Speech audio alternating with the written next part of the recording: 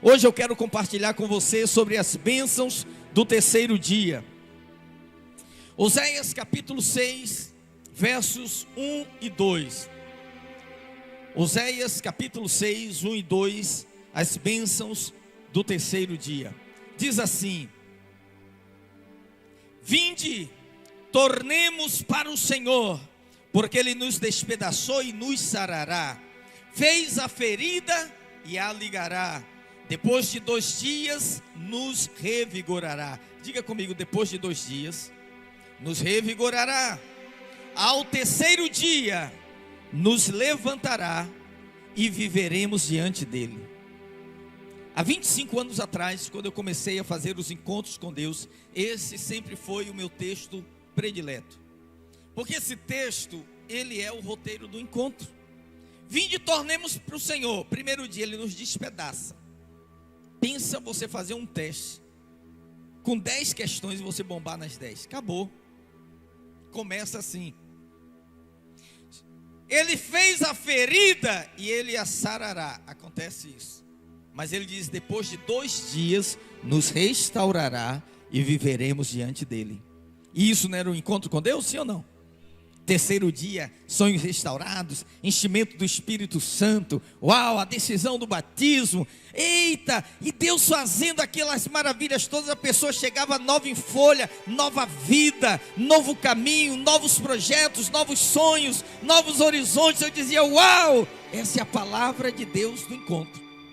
Mas hoje, eu quero ver nessa palavra um aspecto profético que está nas Sagradas Escrituras. Pai querido e amado, aqui está a tua palavra. Erga sua mão direita e diga: eu abro o meu coração para receber a palavra do Senhor na minha vida nesta noite. Diga: Espírito Santo, fala comigo em nome de Jesus. Amém?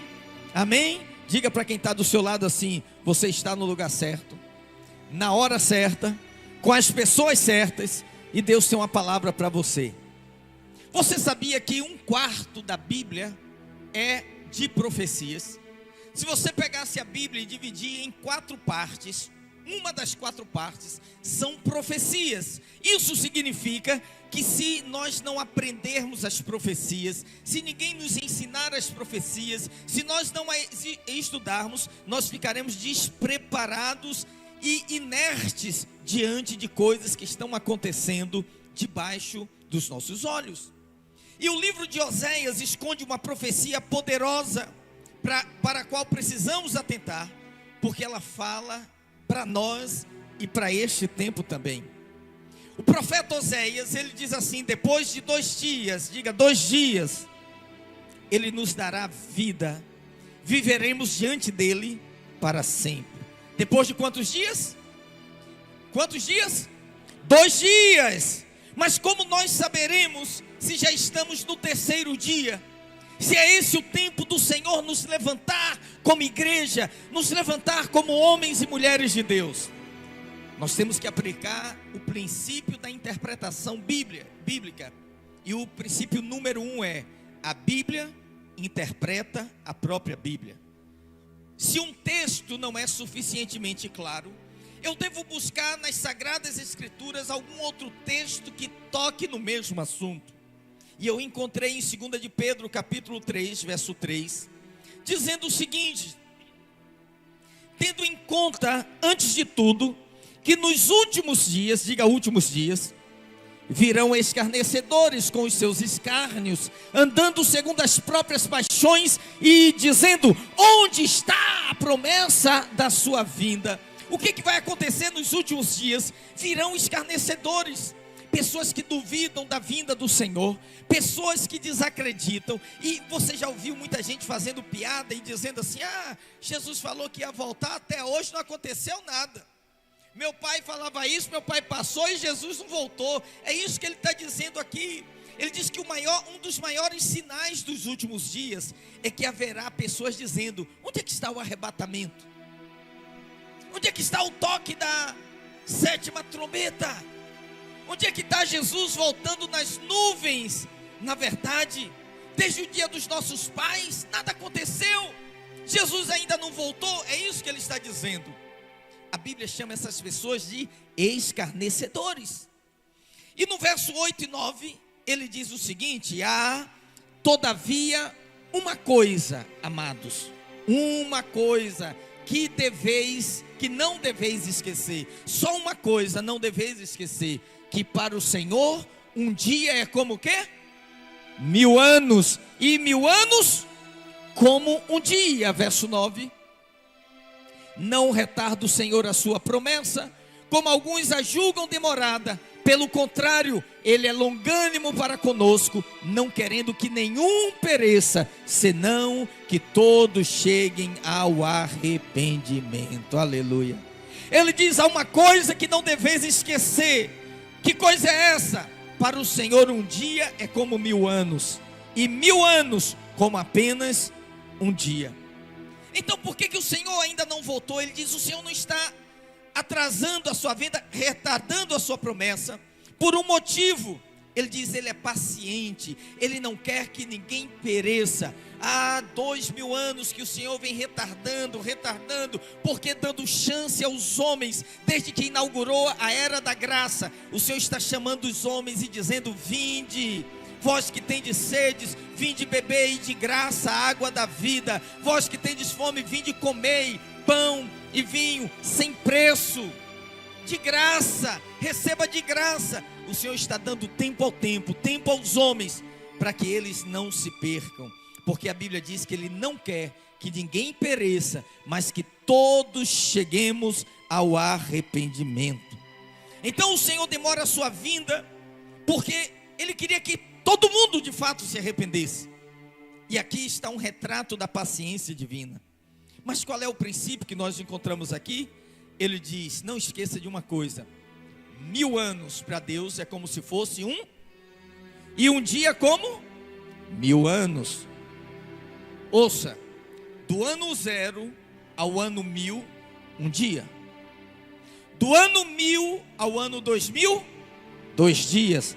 A partir do ano 2000, terceiro dia. Diga: eu sou a geração do terceiro dia. Então esse já é o terceiro dia. Obviamente que o nosso calendário começa a partir do nascimento de Jesus, e por causa da recontagem do calendário, Jesus nasceu no ano 4 antes de Cristo. Então temos um delay, porque nós não sabemos se na mente de Deus conta a partir do nascimento ou a partir da morte e ressurreição. E isso é proposital, para que ninguém fique marcando o dia da vinda do Senhor. Mas eu quero dizer para você que já tem anjo afinando a corneta. A Bíblia diz: de repente, no abrir e fechar de olhos. Uau! No abrir e fechar de olhos, homens e mulheres serão tomados, estarão 2 no campo, um será tomado, outro será deixado. Estarão 2 trabalhando no moinho, uma será tomada e outra será deixada. De repente, milhares e milhares e milhares de pessoas vão desaparecer desse mundo. Alguém vai estar dirigindo o seu carro e o carro já não tem motorista. Alguém vai estar dormindo e de repente vai acordar e dizer: cadê fulano? Fulano não está aqui.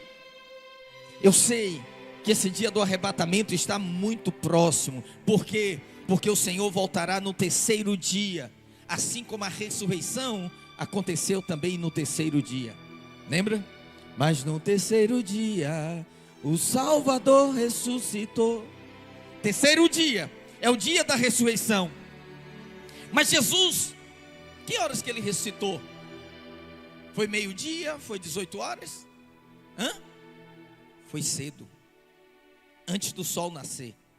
Significa que o Senhor não vai voltar no final do ano 2000. Ele vai voltar no início. Em algum momento, eu creio que provavelmente nós somos a geração que vai participar do arrebatamento da igreja. Jesus ressuscitou às 5 da manhã. Eu gostaria muito que isso acontecesse num dia de culto. Aleluia. Não, eu falo para o Senhor: se eu pudesse escolher, eu gostaria que estivesse no culto pregando e o microfone caísse. Cadê o pastor? Não, cadê o pastor? Não, porque se você é minha ovelha aqui, você vai subir também, em nome de Jesus. Se você é salvo em Jesus, você vai subir. Amém? É alguém que ia passar aí na frente e dizer: ué, o prédio está aberto, não tem ninguém lá dentro, cadê os crentes? Uau, nós já estamos na glória com o Senhor Jesus, aleluia. Esse dia vai chegar e está muito próximo. Dê glória a Deus e um aplauso ao Senhor, aleluia, glória a Deus. Então você é a geração do terceiro dia, e grandes coisas acontecerão no terceiro dia. Quantos querem saber o que acontece no terceiro dia? Quantos querem saber? Irmão, deixa eu falar uma coisa. Você pode ser o crente mais tradicional da face da terra. Hoje Deus vai pentecostalizar a sua vida. Não, sério. Se você não conseguir falar aleluia, glória a Deus nessa palavra, meu amigo, sepulta depois. Se você tem a vida de Cristo, você não vai segurar isso não. O que acontece no terceiro dia? Primeiro, o terceiro dia será um tempo de providência. Vamos dizer todos juntos? 1, 2, 3. O terceiro dia será dia de providência. O terceiro dia é dia de ampla provisão do Senhor sobre a nossa vida. Isso é muito interessante, porque a Bíblia diz em Provérbios que a glória de Deus é esconder as coisas e a glória dos reis é descobri-las. Ei, Deus é como aquele pai que ele diz assim: eu vou colocar os bombons aqui e vou ver quando meu filho pedir, diz: olha, está aí por perto, procura. Porque algumas coisas só encontra quem busca. Quando você busca, Ele revela para você. Ele diz: buscar-me-eis e me achareis, quando me buscardes de todo o vosso coração. Então a glória de Deus é esconder, a sua é encontrar. Nós vamos encontrar hoje, Gênesis capítulo 22, verso 2, diz assim: acrescentou Deus: toma teu filho, teu único filho Isaque, a quem amas, e vai à terra de Moriá, oferece-o ali em holocausto, sobre um dos montes que eu te mostrarei. Agora verso 4, que diz: ao terceiro dia, diga comigo, ao terceiro dia, erguendo Abrão os olhos, viu o lugar de longe. No terceiro dia, ele viu o lugar onde Deus se revelou. Como Deus se revelou? Deus falou para Abrão: Abrão, toma o teu filho, o teu único filho, a quem tu amas, e me oferece em sacrifício. Muitas vezes Deus nos pede coisas apenas para testar o nosso coração, somente isso. Ele quer testar o nosso coração. E Abraão levantou-se de madrugada, pegou Isaque, o lenho, apardou os jumentos, chamou os seus servos e disse: vamos até Moriá. A Bíblia diz que no terceiro dia ele avistou o monte. Ele chegou no pé do monte e falou para os servos e para os jumentos: ficai aqui, eu e o menino subiremos para adorar e depois voltaremos. Mas como voltaremos se ele ia sacrificar Isaque? Hebreus diz: porque ele cria que Deus era poderoso para, se necessário fosse, ressuscitá-lo dentre os mortos, muito embora nunca antes houvera qualquer ressurreição. Uau! Isaque pega o lenho, Isaque aponta para Cristo, subindo o monte, com o lenho nas costas. Lembra de Jesus subindo o Gólgota, com a cruz nas costas? Ele é a figura perfeita do Filho de Deus, Cristo Jesus. E ele, no meio do monte, ele olha para o pai e diz: pai, aqui está o lenho, tem o cutelo em tuas mãos, o fogo, mas eu estou preocupado, eu não estou vendo o cordeiro para o sacrifício. E nessa hora veio a palavra do Senhor: meu filho, Jeová Jirê. Jeová Jirê. O que é Jeová Jirê? Deus proverá. Deus proverá. Ele subiu o monte, montou o altar, amarrou o menino que já tinha 13 anos. Irmão, hoje não tem mais criança boba. O último bobo nasceu no dia 12 de 12 de 70. É esse que vos fala. Depois disso não tem mais criança boba. Toda criança hoje é muito esperta. Já viu, sim ou não? Toda criança hoje é muito esperta. Não tem mais criança boba. É ou não é, Flavinho? Ah, não está entendendo nada. Não está não? Você que não está. Bobo é você. Hã? É ou não é? Gabriel é bobo? Não é não. Então deixa eu falar para você. Ele podia ter fugido, não fugiu.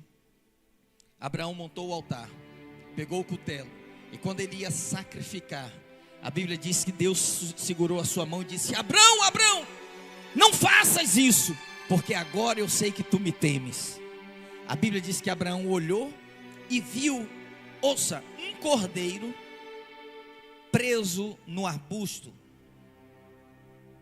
um espinho, uma corda de espinhos na sua cabeça. Isso te lembra algo, não?